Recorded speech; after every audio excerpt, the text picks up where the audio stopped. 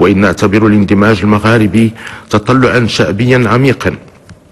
وضرورة استراتيجية وأمنية ملحة وحتمية اقتصادية يفرضها عصر التكتلات، فإننا حريصون على مواصلة التشاور والتنسيق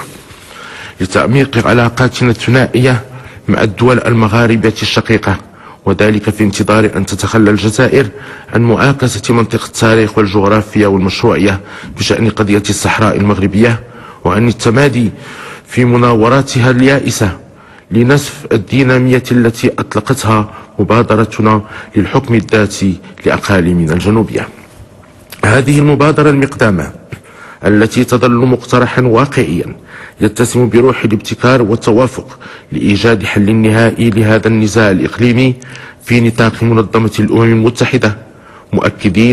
مؤكدين استعداد المغرب لمواصلة دعم جهود المنظمة الأممية وأمينها العام وبعوثه الشخصي. وفي جميع الأحوال فإن المغرب سيظل مدافعا عن سيادته ووحدته الوطنية والترابية، ولن يفرط في شبر من صحرائه.